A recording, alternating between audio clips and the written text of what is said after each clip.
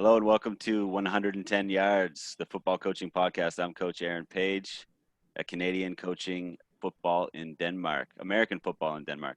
So today I have a great friend of mine, a mentor, excellent player out of Canada. His name's Nick Bartolacci. How you doing today, Nick? Doing well. How are you? Good, man. Normally we start our conversation with "What's good, my guy?" So maybe that was more Yeah. appropriate. Um, Yeah, so let's just dive in. You and I grew up, we were neighbors, so we've known each other a long time.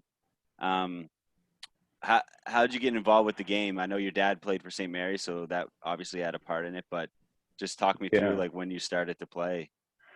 Obviously, like you said, my dad playing football at the university level here in Canada, and going on to have some opportunities to try out for various CFL teams. That got me into football from a young age. I think that like I was born while my dad was still playing for St. Mary's, so getting to grow up around, watching the games, going to the games. Football was a big part of our bond and our sort of connection, and I think that carried over to me wanting to start, and just took an interest in the game from an early age, and it just continued on. Yeah, and I remember like I always tell you one of my favorite memories, even though we did it one time, was I'm a little bit older, so at the time I was bigger than you, but that quickly changed. And we were strapped the pads on in the front yard, and we were just doing pass rushes, and you were trying to block me, and yeah, Yeah. I can say I bested you, but it was when we were like Yeah. 11 and 14. Yeah, exactly.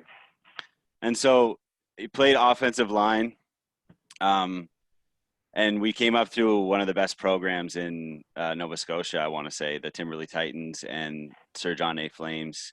And you and I both had the opportunity to go back and coach there, which we can dive into a bit later.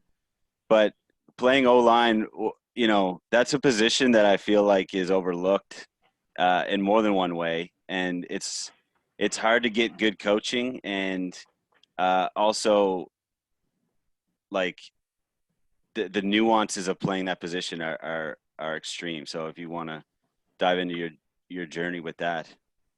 Yeah, so obviously, like you said, me and you were both lucky to play for a very good and successful program, and with that comes a lot of like advantages, of course, with coaching and like resources that you have available. And I think that obviously that was something that was great for us, and it's great for the players that were in our shoes before and after us. But I think, as you touched on, with certain positions, and obviously this podcast is going to be more geared towards O-line than anything else, you're going to have a lot of various nuances and more difficulty or less difficulty actually coaching those positions. And I think that O-line is definitely one of those positions. And I think, if you talk to anybody who has played O-line at a high level or coached O-line at a high level, they'll tell you that there's almost nothing about it that's natural. Like, it's not anything that you really do in any other sport. It's not the technique and the stance and all the things that, you teach and you drill every day are things that aren't very natural to anybody. So you really do have to have good and successful coaches to be able to drill those kind of difficult technical things into people. And I think that, that can be very hard to find, because not every program is a good program, and not every program has a lot of resources. And so getting those kids that might not have been as lucky as us to have good coaches along the way throughout their entire minor and, high school careers, a lot of times you have to start from close to zero with technical knowledge of the position, whereas in other positions you might not have that same sort of disconnect.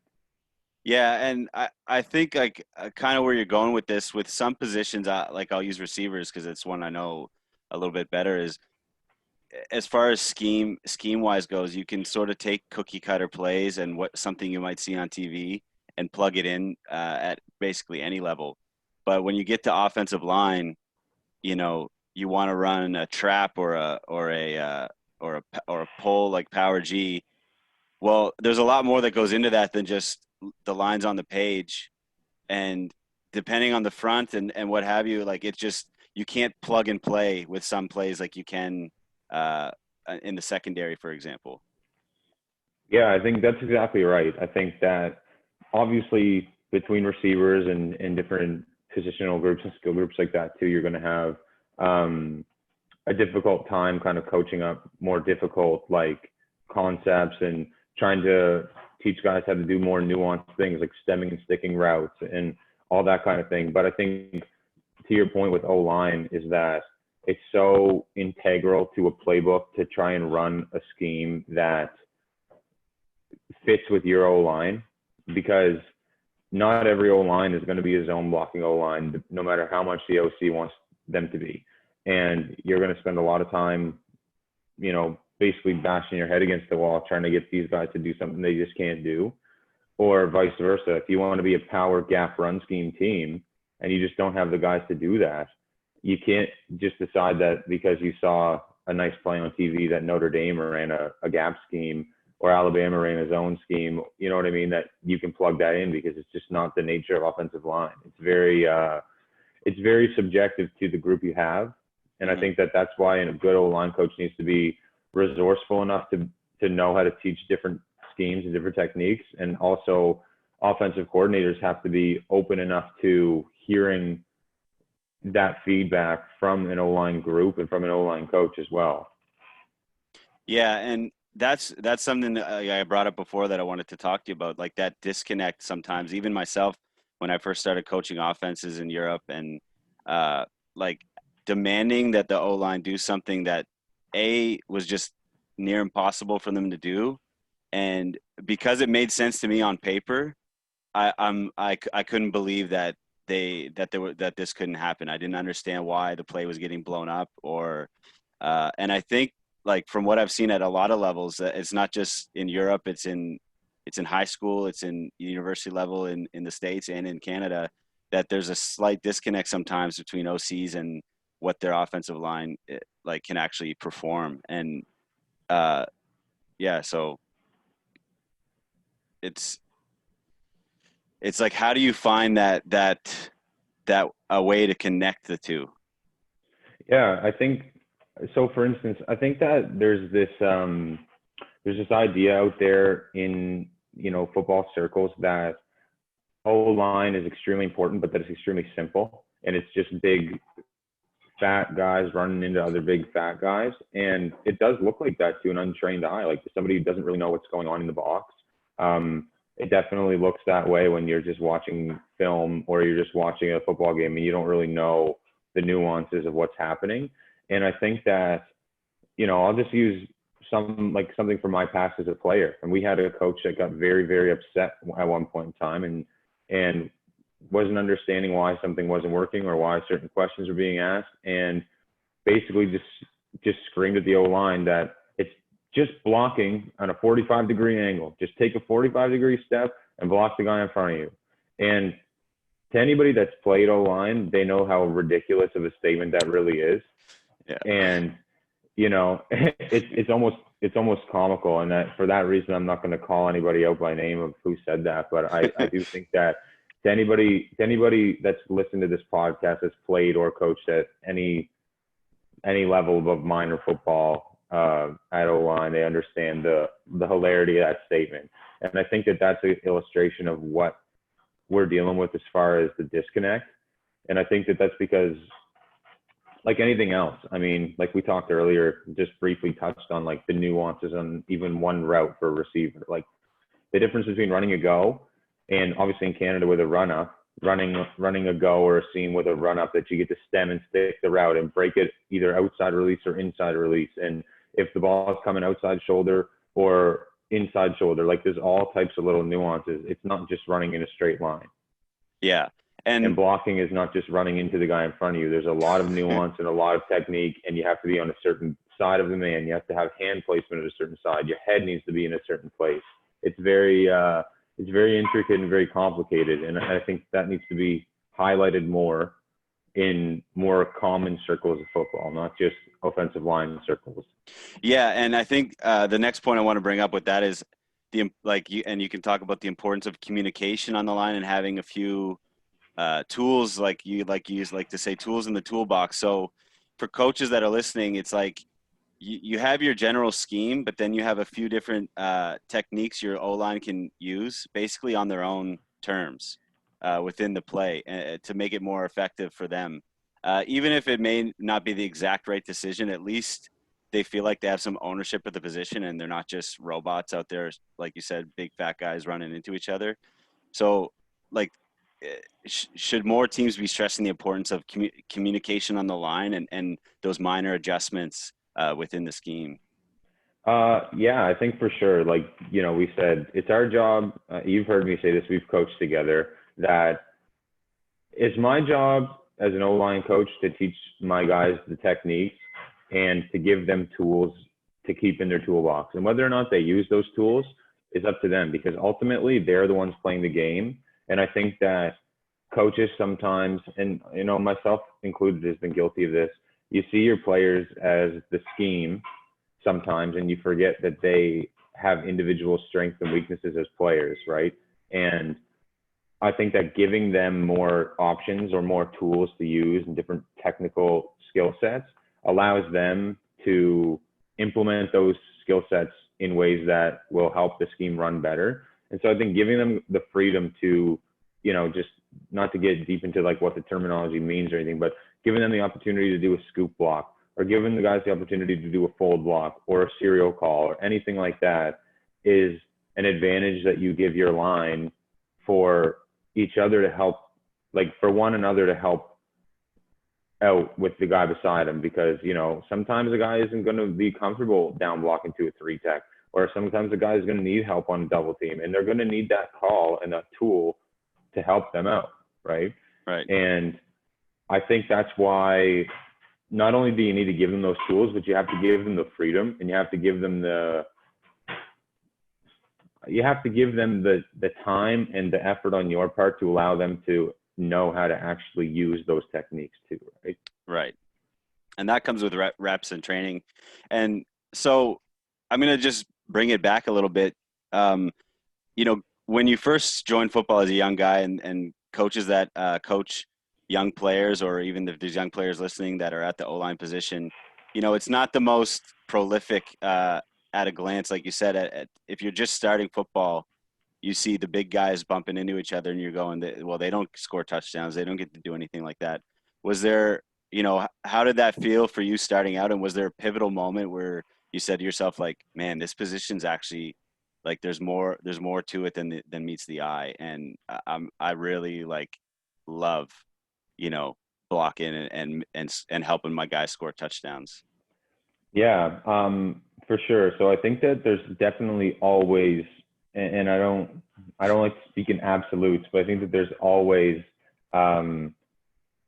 like something inside every young player that pulls them to want to play D-line, or pulls them to want to play fullback or tight end, or whatever it is that they want to play instead of O-line. Like, because like you said, it's not like a glory position. There's not a lot of like stats. There's no it's not the popular position that, you know what I mean? You don't get to run down and catch the ball. And I think that, like myself included, like I wanted to play D-line, I wanted to play linebacker, I wanted to play fullback. And the real pivotal moment for me was when, I think that there's two. I think that the roots of me knowing that I really was an O-line came from my dad really instilling that in me and pushing it on me. And, him having the foresight to know kind of my personality, my skill set more than I did as a young kid. And I think when I was probably in Pee Wee, about grade 8, is when I really realized that I was going to be an O-line. And I think my big pivotal moment was probably in grade 11, when I was on a good O-line. And there's nothing funner in sports than being on a good O-line. Like, that's when you really are having fun, is when the entire line is having success. You're scoring touchdowns. Like, you're not giving up sacks. You're seeing big plays happen, and it's because of you. And I think that there's a lot of pride to be taken in that. And it's also really fun when you're the one that's the hammer, not the nail. So I think that definitely when you first come together with a good group of guys, like I'm still good friends with those guys. And that was what are we talking, 11 years ago, 12 years ago now? Yeah. And yeah, I think that was definitely a big moment that shifted my thinking about O-line as a player. And so you get recruited and you get to go to your this the alma mater of your father, playing at St. Mary's. What was that like? And was there, a sense of pride, getting to wear the same uniform as your dad and playing at the same school? Yeah, of course. Like I said earlier, like I was alive and kicking when my dad was still playing. And so I was lucky enough to watch them win a national championship basically from the sidelines in 2001. And, my dad was on that team. And to me, playing at SMU, like as a kid, going to all the games, even after he was done, like playing at SMU was something I always wanted to do. It was like a dream of mine. And, when I committed to SMU, there was a proud tradition of winning that had been going on for about 20 years to that point. And, when I got there, that tradition was still alive, and we fell in some hard times, and we fell in some coaching changes and things like that when I was there, and had a lot of struggles. And that was really hard for me as somebody who had wanted to play there and watched the team have success for so long, that now that it was my turn, that we were the ones that were, kind of blowing it. And that was really difficult because there's a lot of pride that goes into like the St. Mary's like football program, from the alumni, from the fans, from myself, from other players. And, nobody wants to be a part of the downward slide. So I think that it definitely was a difficult but rewarding process, because when I left there, we ended up getting back to conference championship. And yeah, we lost in double overtime, but which, obviously was a heartbreaking loss, but you could hang your head, or you could hold your head high knowing that, the offense went out there. We put up 38 points. We went to double overtime. We battled back, and, we got the program back to a respectable national ranked status. And I think that that was all just part of a good process of, not giving up on it, sticking with the process, even though it was hard, and, having faith that it was going to work out in the end. Yeah, that's true. And sometimes, like, you got to take those knocks on the chin to dig yourself out of something that's tough, and it kind of makes, you're going to learn something from it regardless, whether you were going undefeated or having to battle your way up. And so you and I, I joined the Navy, and we hadn't really talked for a little while, and then all of a sudden, you had a break in your schooling, and we started coaching together at Sir John A. And then we kind of we went all in. Like we became obsessed more than I'd ever been. And it was like, I love when we'd just be sitting there watching, and I forget if it was me or you, but we were just like, it's such a great game, Yeah. and why do you think it is? Like what about it is just that, I don't know. For me, it's it's just beauty. If I see a perfect play or just great technique, I'm like, oh man, it's such a great game. That's all I gotta say. you know? Yeah, no, you're right. I mean, we definitely went all in, and I think that the reason that we did go all in is because it is such a great game. And I think what I always try to tell people that might not be into football or might not understand football or not like football is that the reason that it's such a great game is, the old like classic adage, like it's the ultimate team game.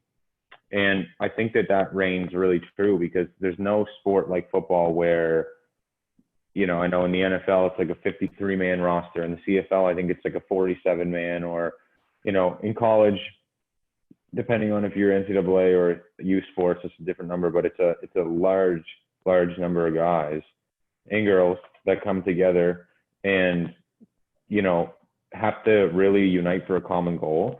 And the reason that I think that it's so great is because there's something for everybody in football. And that comes directly back to O-line. Like there's not a lot of other sports where guys like, myself in the past, being a bigger guy, a heavier guy, growing up as a fat kid, right? Yeah. Like where you're going to have a spot to excel, and people are going to praise you, and people are going to support you and give you a chance to get on the field. And, take out some of your aggression. I mean, like, I know growing up, a lot of kids got picked on for their weight. I know I got picked on for my weight, and football is a great outlet for that. And it lets those kids that are maybe smaller but really fast have a position. It lets the kids that are really good overall athletes and always been big and strong have a place too. And it lets the, chubbier kids have a spot on the field too. If all you can do is kick a ball, or if all you can do is throw a ball between your legs back to a kicker, like, you have a spot on the football field. And I think that that's why it's such a great game, because it's just a culmination of so many different skill sets and body types and, backgrounds and neighborhoods and everybody coming together to do one thing. And it's amazing when it all comes together and, you see a team do something special. Yeah, and it's so true. And I feel kind of bad for people that never got an opportunity, because in North America, Europe's a little different because they have a range of leagues and clubs. But basically, you play Pee Wee, Bantam, high school, and if you're lucky enough to play at the collegiate level, you get to play there. And so maybe in total, if you don't play university, you have about 30 to 40 games in a lifetime, and then that much more if you play collegiate. And there's a special bond whether you played high school and you're talking to guys like you and I, you played for university, but there's no sort of like hierarchy of like, well, I did better than you, because at some point there's a place in time where we can no longer play the game anymore. And so it's not like basketball where you can join a rec league and continue. It's one of those sports, your time is limited, whether it's your body or just you run out of places to play. Yeah. No, no, go ahead. Go ahead. Sorry. Yeah, I think that's another thing I think that makes football such like a special game, because it's like, it's a brief moment in time, it's a brief flash in the pan, and like you said, you don't really get to choose when you're done playing football. There's very few people that we get to see who choose when they go out, and those guys are playing on Sundays, and even out of them, 1% of them get to choose when they go out. Like, whether it's time, whether it's an injury, whether it's simply just not having an opportunity to play anymore because, you're not good enough to advance. Like, almost nobody gets to choose when they go out. And that, like you said, there's no rec leagues that are the same. And, the fact that it is such a rough sport and it could be taken from you at any time just makes it that much more special, because like, it is a brief flash in the pan. Like, it's always this close to being taken from you. And, that kind of makes it all the more like scarce and special in a way. Yeah. And what I really admired about you when we reconnected was the competitive nature and like kind of fire you bring. Because so before, I'll backtrack a bit. Before, when we coached at Sir John A, we were coaching in a flag league for like U12 or U14, and that was our first like sort of coaching battle against each other. And I remember, like, I liked what you were doing. It was fun. We were probably the only ones there taking it as serious as if we were both coaching for an NFL team on a Sunday, and Yeah. pulling our hair out and yelling at each other. But it was all in good fun. And I remember after that, I was like, man, I got to find a way to see if he's interested in coaching at John A. And you did that on your own too. But that was one of the funnest times I had coaching as well, was when we were head to head. Yeah, that was fun. Those Yeah. kids were, I don't know if they were prepared for what we were bringing to the table, but I think they were happy about it in the end. Yeah. Yeah. Hard practices. And so, your dad, we talked about your dad, we talked about you, and now your younger brother, you had the opportunity to coach him at our old high school.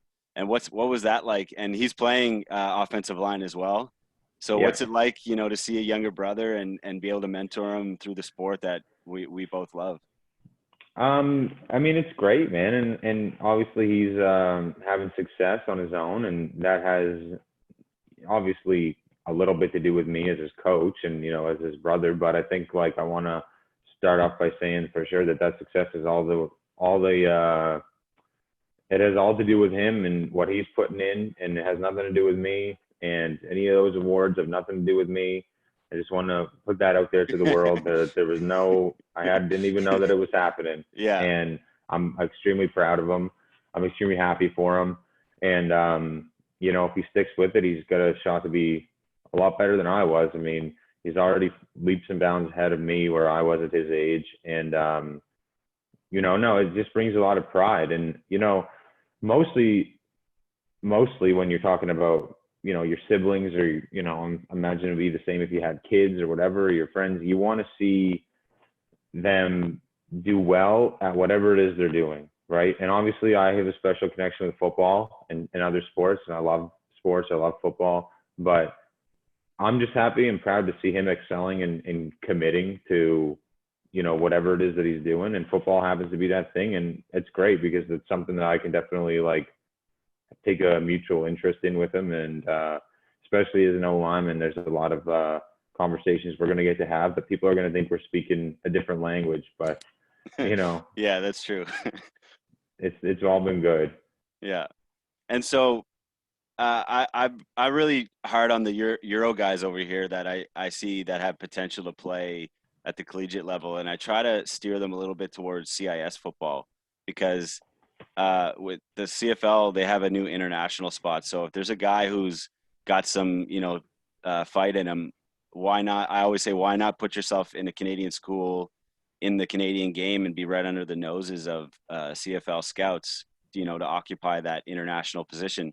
But do you think that there is maybe a little bit of a learning curve that will come when with the D line a yard off?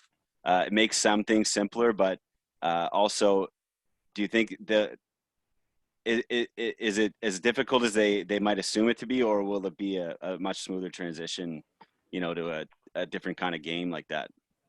I think that there's definitely a bit of a learning curve, and it's going to be a bit strange to feel out. I mean, I've not played a lot of football without the yard.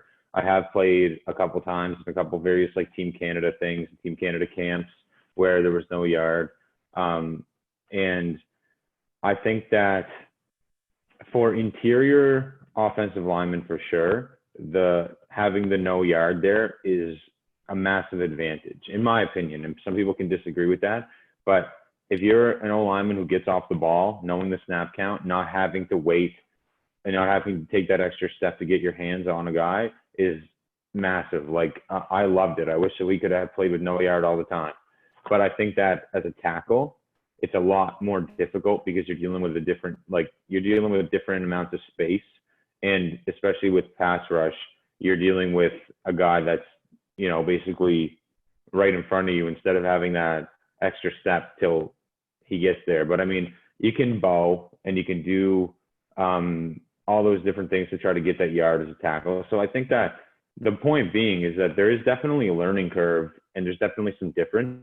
But I think that we talked earlier about a coach being able to provide tools. I mean, if your coach is teaching, and again, not getting into all the like technical terms and stuff, but if you have a coach that's going to teach profile or whatever it is that they call that thing that we know as profile, then it shouldn't matter whether the D end is lined up 10 yards behind you, 10 yards upfield as a linebacker or a safety blitzing, whatever, or if he's lined up right on top of you. If you can get yourself into profile as an offensive lineman and pass pro, you're going to be okay. And if you can get to your attack points in the run game, which again is on the offensive line coach, paired with the OC to come up with and teach and practice, then those guys are going to be okay as long as someone can guide them. I mean, but if they go to a place that doesn't have a line coach that's willing to spend a little bit extra time with them and teach them how to not correct, but sort of shift their like muscle memory to get to those attack points already, then they might have a bit of a steeper learning curve. But I think that most schools are going to have committed and good O-line coaches. You know what I mean? Like, Yeah.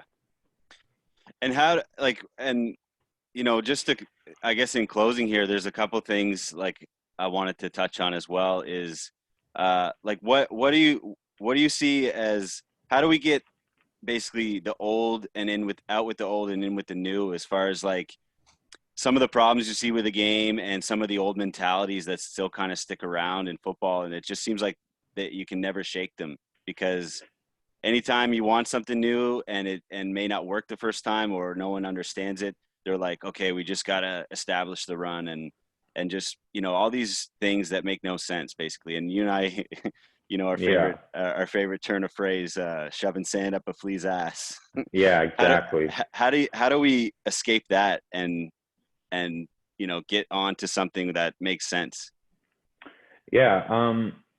I mean, I don't want to be like sound cynical or anything, but I don't really think we ever will. I don't think that you can ever really shake the old habits of Die Hard. I think there's always going to be people that still say things like establish the run and have no idea what that even means. And I still have been playing football for 15 years and coaching for 6 or 7 years, and I have no idea what establishing the run means. I mean, like, do we mean just running the ball? Or like what are we talking about? What does it mean to take the top off the defense? Like, what do those things that we say in football actually mean? And I think that until we stop thinking about football as just a game of go out there and beat up the guy across from you, run it down their throat. Like, until we start thinking about football in an intelligent way as to what's the best and most efficient way to get done what we want to get done, then we'll continue to have, coaches telling you just block on a 45-degree angle Yeah, or because they we have got to win no the line of idea what that scrimmage. means. Yeah. Exactly. And it's like, instead of giving somebody a productive message and telling them, if there's 8 guys in a box and you only have 5 linemen, I don't care if you block at a 73.5-degree angle. There's just not enough guys to block, and we have to come up with a different scheme. And so until we start thinking about football in a way that makes sense from, obviously we've talked about different offensive schemes that we're into, but even if you don't subscribe to that sort of thing, until we start giving our guys actual productive feedback and actual tools to use instead of just screaming words at them, then we're going to continue to shove sand as a sport and see things that make no sense, that sometimes work out. And I think that just young people being involved in the game as far as coaching and playing and being a student of the game, like being a sponge, being willing to listen to people that have been there and done that, and even being willing to listen to people that haven't, if they have a good idea, is really the way that you get rid of that kind of pig-headed mentality of, my way or the highway in football, which is really a terrible way to be as a coach. That's true. And I made a point after we had that revelation, and mostly on your advice with that is to tell the guys, like, look, if you have an idea, like I want to hear it and we'll look at it. And if it makes sense, overall, and then we'll do it. And sometimes I might say, hey, no, that's not going to work. And I may not have the time to explain exactly why, but then at least they know that I'm willing to like take a look at something. And I think that's important because it lets them be involved with the process as well. Yeah, no, I agree. And you're talking about your coaching staff, I assume, right? Yeah. Yeah. No, I think that's huge. I think that, I've obviously been lucky enough to have the opportunity to be a coordinator.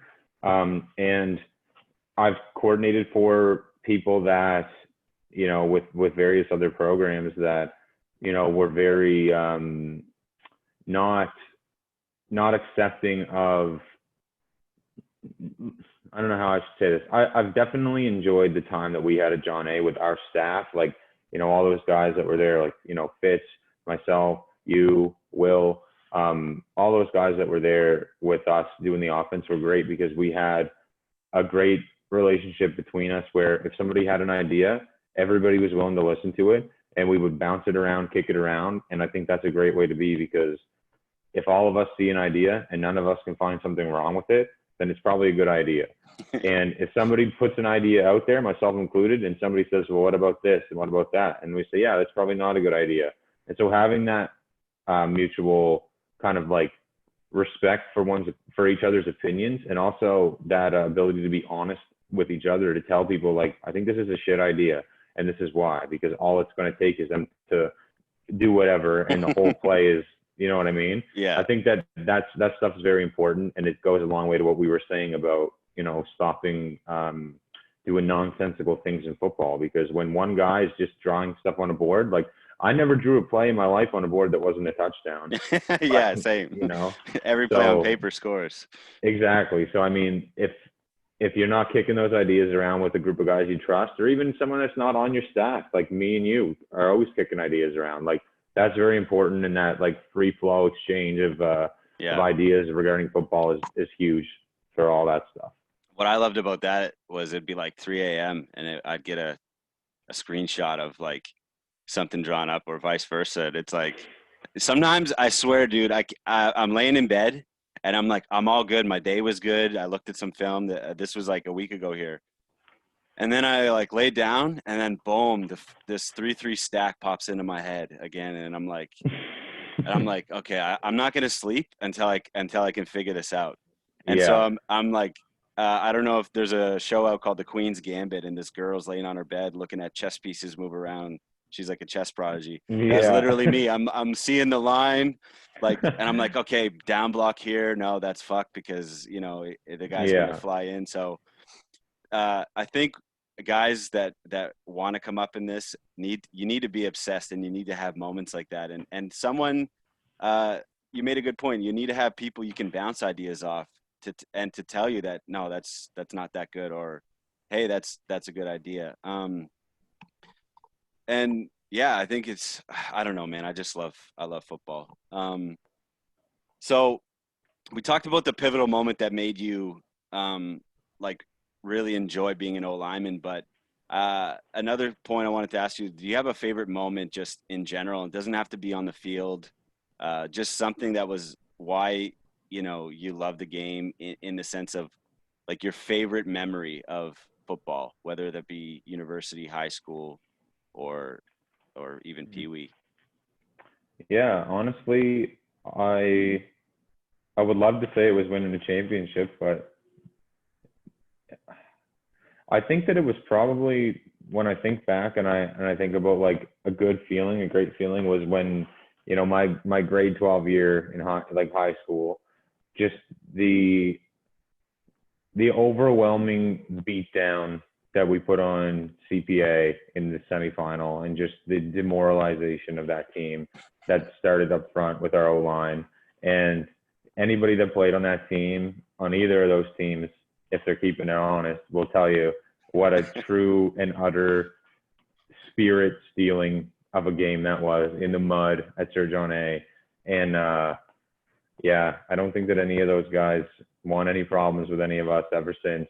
So that's you can put that in the public domain, because that's a fact. There's film too, so I don't want to hear anything about it. The eye in the sky does not lie. Exactly. Yeah. Exactly. Well, man, this So was a great talk. Dude, I always love talking ball with you. We could literally go on for yeah, hours we and could. hours. Um, we sure could. but I wish you the best for the holidays. I wish I was home Yeah, so I man, me could get a too. jag on with the buys. With the buys, yeah. But Yeah. Merry Christmas, man, and take care. Yeah, you too, buddy. All right.